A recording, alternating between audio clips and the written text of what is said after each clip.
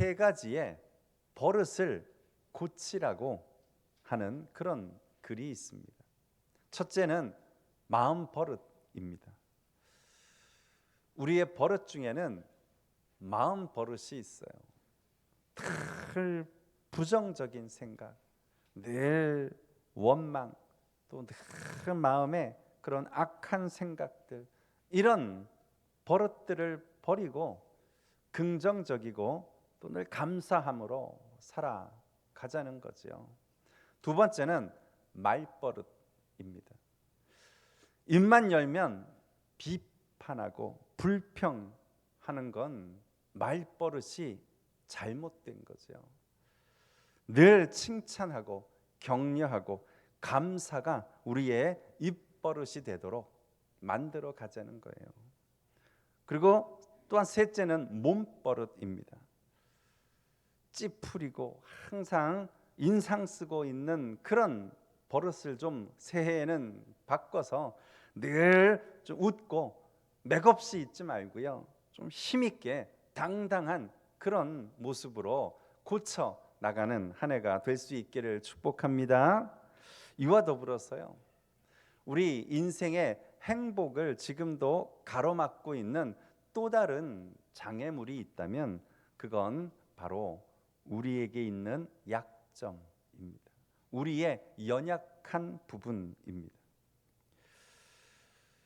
종종 우리는 내가 너무나 약하고 약점이 많다는 것 때문에 실망하고 더 이상 변화되지 못할 때가 있어요. 그러나 여러분, 사실 이 세상에 약점이 하나도 없는 사람은 아무도 없습니다. 다만 그 약점들을 잘 감추고 있을 뿐입니다. 그러다가 그것이 드러나게 될 때 그때 우리는 당황하게 되고 그 약점 때문에 괴로워하는 것입니다. 여러분은 어떠세요? 여러분은 어떤 약점들이 있으세요? 혹 누구는 유혹에 약한 분들이 있을 수 있고요. 혹은 좀 돈에 약점이 있는 분도 있을 수 있겠죠. 게으름이 우리의 약점일 수도 있고요. 건강이 우리의 약한 부분인 경우도 있습니다. 저는 먹는 걸 좋아해서요, 과자가 저한테는 약점인 것 같아요. 더 이상 뺄 수가 없어요. 오늘 하지만 우리는 사실이요, 이러한 약점들 때문에 실패하는 건 아닙니다. 약점을 정직하게 인정하고 하나님께 의지하지 않을 때 그때 우리가 실패하는 것입니다. 특별히 고린도 후서 12장에 있는 말씀을 보시면 우리가 너무 잘 알고 있는 내용이 나오잖아요. 거기 사도 바울이 자기의 육체적인 약점이 많았어요. 그 연약함 때문에 복음을 전하는데 방해가 된다고 생각했기 때문에 그가 가진 그 약점, 그 약함, 육체의 연약한 부분을 놓고 하나님 앞에 기도했습니다. 그것도 3번씩이나 간구했습니다. 그만큼 그에게 있어서 자신을 늘 괴롭히고 찌르는 그런 가시 같은 약점이 있었기 때문이겠죠. 그러나 놀랍게도 성경은 그의 연약함이 그의 약점이 아니라 오히려 그의 연약함을 강점이라고 그렇게 말씀하고 있어요. 우리 잘 아시겠지만 한 번 더 말씀 읽어볼까요? 고린도후서 12장 10절 말씀, 우리 다 같이 한번 화면 보시면서 함께 읽습니다. 시작. 그러므로 내가 그리스도를 위하여 약한 것들과 능력과 궁핍과 박해와 곤고를 기뻐하노니 이는 내가 약한 그때의 강함이라. 아멘. 그렇습니다, 여러분.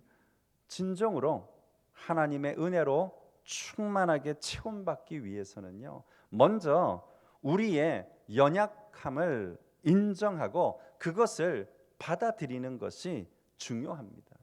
왜냐하면 인생의 연약함을 인정할 때 오히려 인생의 소중함을 우리가 깨닫게 되는 것이고, 자기의 무능력함을 받아들일 때 도리어 그 인생이 가치 있는 인생이 될 수 있기 때문입니다. 그런 의미에서요, 이제 오늘 이 시편 말씀을 통해서 왜 다윗이, 왜 우리가 자신의 연약함을 인식하고 또 아는 것이 중요한지, 그리고 그를 통해 하나님이 우리에게 채워주시는 은혜가 무엇인지를 함께 살펴보면서 오늘 새롭게 또 새해를 시작하며 여러분 모두에게 지금까지의 약점이 숨겨야 하고 감춰야 할 것이 아니라 도리어 그로 인하여서 우리 또한 하나님 앞에 감사하며 그것 때문에 하나님의 은혜와 하나님의 소망으로 충만하게 채워지는 그러한 인생이 되실 수 있기를 먼저 주님의 이름으로 축원합니다. 먼저 첫째는요, 우리가 연약함을 아는 것이 왜 중요한가 하면 이 연약함이 결국 우리를 자만하지 않고 겸손하게 만들어 주기 때문입니다. 그렇습니다. 우리의 약점은 우리를 오히려 자만하지 않게 만들고 우리를 겸손하게 하나님 앞에 엎드리게 만들어 주는 수단이 된다는 것입니다. 우리는요, 때로 자기의 능력을 너무 과대평가하는 경향이 있어요. 사업이 좀 잘 되고 직장에서 좀 인정받으면 그만 자기의 지식이나 경험을 과대평가합니다. 또 우리는 건강하면 할수록 자신의 체력에 대해 과신합니다. 그런가 하면 영적으로도요, 우리에게 받은 은혜가 크고 기도의 응답이 많으면 많을수록 자칫 영적 교만에 빠져서 자기 신앙을 과대평가할 때가 많다는 거예요. 그래서인지 우리는 기도할 때도 주로 성공하게 해달라고 기도합니다. 건강하게 살게 해달라고 기도하고 또 오래 살게 해달라고 기도합니다. 그런데요, 오늘 우리가 읽은 이 본문을 보시면 다윗의 기도는 우리와는 정반대입니다. 그는 오히려 자신의 약함을 놓고 하나님 앞에 기도하고 있어요. 오히려 자기 인생의 끝이 언제인가를 알게 해달라고 기도합니다. 자기의 연약함을 깨닫게 해달라고 간구하고 있어요. 우리 오늘 읽으신 4절 말씀을 한번 다시 보실까요? 4절 눈으로 보셔요. 여호와여, 나의 종말과 연한이 언제까지인지를 알게 하사 내가 나의 연약함을 알게 하소서. 그렇습니다. 다윗이 아무리 위대한 왕이라 할지라도요, 하나님의 시각에서는 유한한 생명을 가진 연약한 인간일 뿐입니다. 그 사실을 잊어서는 안 된다는 거예요. 자신의 한계를 인정하는 것, 자기 인생의 끝이 있음을 아는 것, 이것이 바로 겸손한 자의 올바른 자세입니다.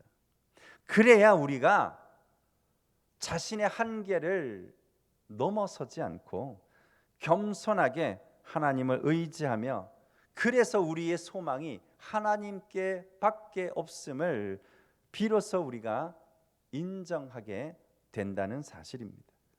정말이죠, 여러분. 하나님은 우리를 처음 만드실 때부터 우리 인간에게 한계를 정해 놓으셨습니다.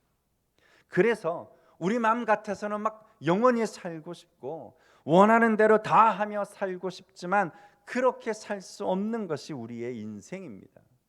그렇기 때문에 하나님이 정해 놓으신 인생에 맞게 사는 것이 진정한 믿음이라는 것입니다.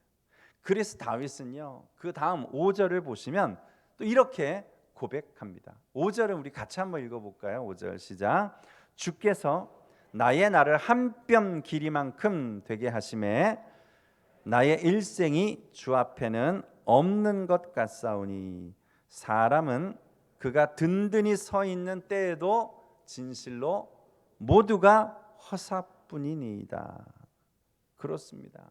지금 다윗은요, 자신의 인생을 한 뺨 길이만큼이라고 표현하고 있어요. 참 열심히 산 것 같은데, 나름 잘 살고 오래 산 것 같은데, 하나님 앞엔 우리의 인생 또한 한 뼘 길이밖에 안 되는 거예요. 그나마도 영원하신 하나님 앞에서는요, 이 한 뼘은 아예 없는 것과 같다고 지금 고백하고 있어요. 무슨 뜻입니까? 자신이 뭔가 대단한 존재인 것 같고, 그가 왕으로서도 많은 업적을 쌓아놓은 것 줄 알았는데, 오늘 하나님 앞에 서 보니까 그게 아무것도 아니더라는 거예요. 그것을 인정하는 순간 오직 소망이 하나님께만 있음을 그가 고백하게 된 것입니다. 정말 그렇습니다. 사실 인간적으로 보면요, 다윗은 완벽한 왕은 아니었습니다. 그는 자식들을 올바르게 키워내는데 실패한 아버지였습니다. 밧세바와 간음할 만큼 죄의 유혹에도 연약했고, 그러니 가정의 남편으로서 아내에게 진실하지도 또 신실하지도 못했습니다. 때로는 교만에 빠져서 무리하게 인구조사를 하다가 나라를 큰 위기에 빠뜨리기도 했습니다. 그럼에도 불구하고 오늘 성경이 다윗을 가리킬 때마다 하나님 마음에 합한 자라고 평가한 것은 그의 도덕성이나 그의 정치력이나 그의 인격 때문이 아니었던 거예요. 그가 정직함에 날마다 자신의 실수할 때마다 하나님 앞에 그의 연약함을 인정하고 일평생 하나님을 의지하고자 했던 그의 신앙 때문이었던 것입니다. 그런 다윗에게도 하나님께서 기꺼이 동행해 주시고 오늘 그의 인생을 은혜와 소망으로 충만하게 채워 주셨던 것입니다. 그러므로 여러분, 지금 여러분이 가진 약점과 연약한 부분 때문에 너무 실망하고 낙심하지 마세요. 하나님은 완벽한 자를 사용하시는 것 아닙니다. 하나님은 능력 있는 자라야 들어 쓰시는 거 아닙니다. 도리어 자신의 한계를 인정하고 연약한 인생임을 하나님 앞에 고백하는 사람, 그래서 하나님 앞에 겸손한 사람으로 오늘 부족함을 채우시는 그런 하나님 앞에 엎드리는 자에게 하나님이 우리 인생을 다시금 충만하게 채워 주실 줄 믿으시기 바랍니다. 두 번째는요, 연약함은 우리로 하여금 강하신 하나님을 더 의지하게 만들어 준다는 것입니다. 우리의 연약함은 오늘 그것 때문에 내가 실패하고 절망하고 좌절해야 될 게 아니라 그로 인해 더 강하신 하나님만 바라보고 의지하게 만들어 준다는 사실입니다. 오늘 다윗이 자기의 연약함을 깨닫고 오늘 자기의 종말과 연한이 언제까지인지를 알게 해달라고 기도하는 가운데 그가 깨달은 또 한 가지가 무엇이었는가 하면요, 그의 인생을 다 돌아보니까 이 땅에서 아무리 수고하고 아무리 노력해도 결국엔 다 헛된 일이고 그가 쌓아놓은 어떤 것도 내 것이다 라고 붙잡을 수 있는 게 없더라는 거예요. 6절 말씀을 한번 보실까요? 그가 이렇게 고백합니다. 마치 잠언이나 전도서를 읽는 것 같아요. 6절 한번 읽어볼까요? 진실로 각 사람은 그림자같이 다니고 헛된 일로 소란하며 재물을 쌓으나 누가 거둘는지 알지 못하나이다. 그렇습니다, 여러분. 지금도요, 우리 가운데는 잠 못 자고 고생해서 재물을 모았는데 정작 그 돈을 좀 쓰려 해도 이미 나이 들고 병 들어서 제대로 써보지도 못하고 가는 인생이 부지기수입니다. 아니, 실제로 이 땅에서 자신이 모은 것을 다 누리고 가는 사람은 단 한 사람도 없습니다. 이것이 연약한 우리 인생의 모습이요 허무함입니다. 여러분, 인간은요 누구나 자신의 한계 앞에서는 무력해질 수밖에 없어요. 그런데 바로 그때 지금 다윗은 자신의 한계와 연약함을 깨닫게 되면서 그가 한 일은 다름 아닌 기도하는 일이었습니다. 지금 그는 자신의 연약함을 알게 해달라고 기도하고 그 이후에 그가 이 한계를 깨닫고는 하나님 앞에 더 기도하는 거예요. 우리가 기도하고 있다는 것은 자신의 연약한 부분을 채우기 위해 하나님의 도우심을 구하는 것입니다. 오늘 여러분은 어떠세요? 인생의 한계를 만났을 때 우리의 연약함을 한탄하며 그냥 원망만 하며 살지는 않습니까? 물론 우리가 하나님의 주권을 인정하고 받아들여야 할 때도 있습니다. 그러나 분명한 사실은 자기의 한계와 연약함을 하나님 앞에 내어놓고 기도할 때 하나님이 우리를 강하게 하시고 소망으로 채워 주신다는 사실입니다. 여러분, 암에 걸린다고 해서 다 죽는 거 아닙니다. 중환자실에서 의식이 없이 누워 있다고 해서 모든 인생이 다 끝나는 것은 아닙니다. 하나님이 죽음을 허락하셔야 죽을 수 있는 거예요. 하나님이 끝났다고 해야 비로소 끝이 나는 것입니다. 하나님이 우리의 생명을 꽉 붙잡고 계시면 죽고 싶어도 죽을 수 없어요. 인생의 생사가 하나님께 달려 있다는 사실을 잊지 마시기 바랍니다. 그러므로 사랑하는 여러분, 질병 때문에 너무 두려워하지 마세요. 지금 여러분의 육체적인 약함 때문에 괴로워하지 마세요. 여러분의 정신적인 심리적인 연약함 때문에 짓눌려 살지 마시고 오늘 다윗처럼 삶과 죽음이 하나님의 권세 아래 있도록 기도하실 수 있기를 바랍니다. 그리하여 오히려 오늘 우리의 약함을 강하게 하시고 약함 가운데 도리어 하나님께만 소망을 두게 하시는 그 주님의 은혜를 오늘 경험하시고 그 은혜로 채워지시기를 주님의 이름으로 축원합니다. 말씀을 정리할까요? 사랑하는 여러분, 오늘 우리가 정말 이 말씀 안에서 새롭게 깨달아야 할 것이 뭔가 하면 지금까지 하나님이 다윗을 사용하신 것은 그가 가진 장점들 때문인 줄로만 우리가 알았는데 하나님은 다윗의 연약하고 약한 부분도 인정하고 사용하고 계셨다는 것입니다. 물론 하나님은 오늘 우리의 강점과 장점을 사용하십니다. 우리가 가진 건강과 재능을 사용하십니다. 우리의 물질을 통해서 하나님이 일하십니다. 주님은 다윗의 물맷돌도 사용하셨고 그의 음악적인 재능도 사용하셨습니다. 바울의 신분도 사용하셨고 그의 지식도 사용하셨습니다. 그러나 주님은 우리의 약한 부분과 우리의 연약함도 사용하신다는 사실입니다. 사도 바울의 그 육체의 가시도 하나님의 일을 하는데 사용되었던 것처럼 오늘 다윗이 가졌던 많은 실수와 연약함도 하나님이 다 아름답게 사용하시고 그를 인정하셨던 것처럼 저와 여러분에게 있는 지금의 연약함과 약점마저도 우리가 숨기고 감추려는 게 아니라 그것 온전히 하나님 앞에 내려놓고 하나님 의지할 때 하나님 우리의 약점까지도 강점으로 바꾸어 주실 줄 믿으시기 바랍니다. 하나님이 주신 연약함을 참된 의미를 우리가 모르니까 자꾸만 원망하고 낙심하게 되는 거라니까요. 여러분, 지금 여러분에게 감추고 싶은 약점이 있으세요? 혹 지금 건강에 문제가 있으십니까? 직장과 사업에 혹은 가정에 어려움이 생기셨습니까? 그렇다면 그저 숨기려고만 감추려고만 할 것이 아니라 도리어 하나님 앞에 내어놓고 감사하십시오.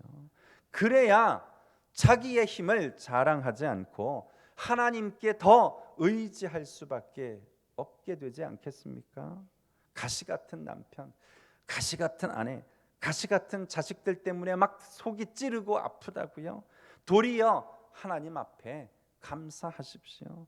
그로 인해 여러분이 깨어지고 그것 때문에 약할 때 강함으로 채우시는 하나님을 경험하게 될 수 있는 줄 믿으시기 바랍니다. 오늘 많은 사람들이요, 속상하고 억울한 일을 당할 때 뭐라고 항변하는가 하면, 내가 얼마나 열심히 살았는지 알아? 내가 잘해보려고 얼마나 노력했는지 알아? 그러나 여러분, 우리가 하나님의 일을 하는 데 있어서 우리의 열심과 노력은 많이 중요하지 않습니다. 그 일을 하는 동안 내가 얼마나 하나님을 의지했는가, 하나님께 기도하며 하나님의 뜻에 순종했는가, 그것이 더 중요한 것입니다. 하나님은 우리의 열심과 노력을 보시는 게 아니라 그 안에 하나님을 향한 믿음과 소망을 보시는 거예요. 정말이지요. 이제부터라도 우리의 기도의 내용이 바뀌어서 내 인생의 약점을, 내 인생의 연약함을 없애달라고만 기도할 것이 아니라, 그냥 안 아프고 장수하게 해달라고만 간구할 게 아니라, 오늘 이 다윗과 같이 우리의 연약함을 알게 하사 주께만 소망을 두고 살게 해달라고 기도하는 그런 우리 성도님들이 다 되시기를 주님의 이름으로 축원합니다. 기도하시지요. 하나님, 그렇습니다.